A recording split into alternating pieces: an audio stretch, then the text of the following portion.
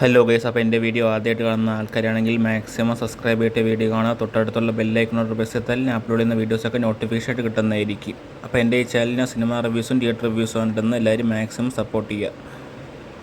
Hello guys, welcome back to new video. അപ്പോൾ ഞാൻ ഇന്ന് ദ ബാഹുബലി ദ എപ്പിക് എന്ന് പറഞ്ഞ ഒരു മൂവി കാണാനാണ് വന്നിരിക്കുന്നത്. ബാഹുബലി ദ എപ്പിക് പറയേണ്ട ആവശ്യമില്ലല്ലോ, രണ്ട് ബാഹുബലിയും കൂടെ കമ്പൈൻ ചെയ്ത് ഇറക്കിയിരിക്കുന്ന സിനിമയാണ്. അപ്പോൾ ടോട്ടൽ 4 മണിക്കൂറാണ് ലെങ്ത്ത് വരുന്നത്.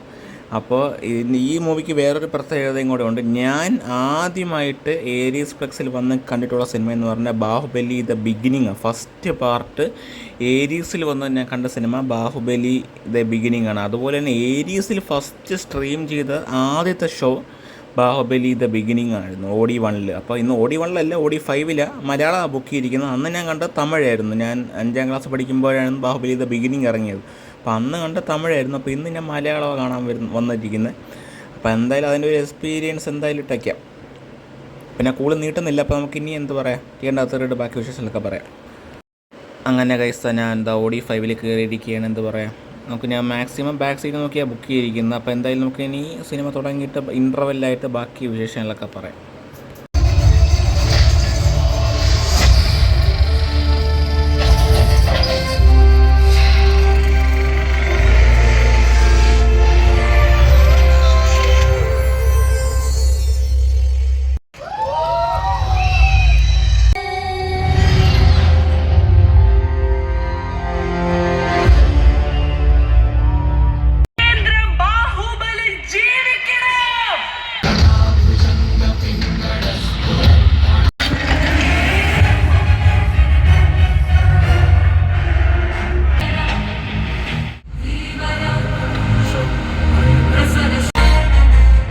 Nimda, those rascal.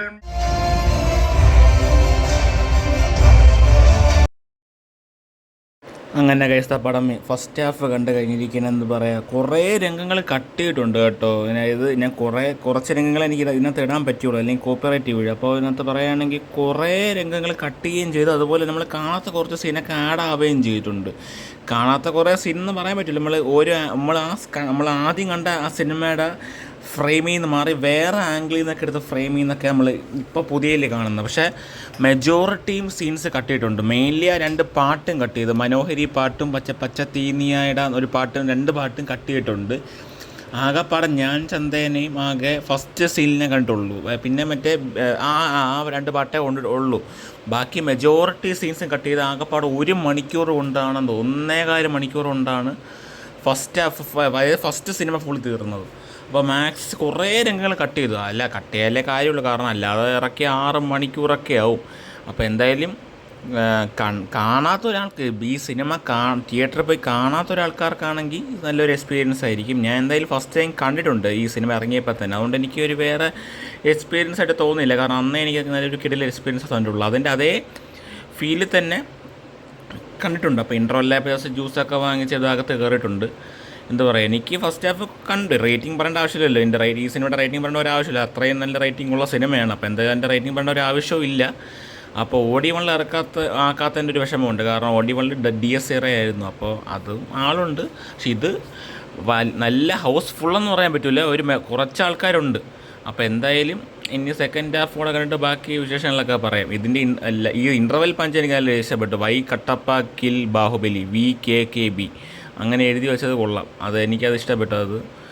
അപ്പോൾ നമുക്കിനി ഫസ്റ്റ് ഹാഫ് ഞാൻ പറഞ്ഞല്ലോ, കുറേ രംഗങ്ങളെ കട്ട് ചെയ്ത് മെജോറിറ്റി പാട്ടും കട്ട് ചെയ്ത് കളഞ്ഞു. അപ്പോൾ അതൊക്കെ കുറച്ച് വിഷമമായി പോയി. എന്നാലും നമുക്കിനി എന്താ പറയുക, സെക്കൻഡ് ഹാഫ് കണ്ടിട്ട് ബാക്കി എന്താണെന്നുള്ള കാര്യം പറയാം.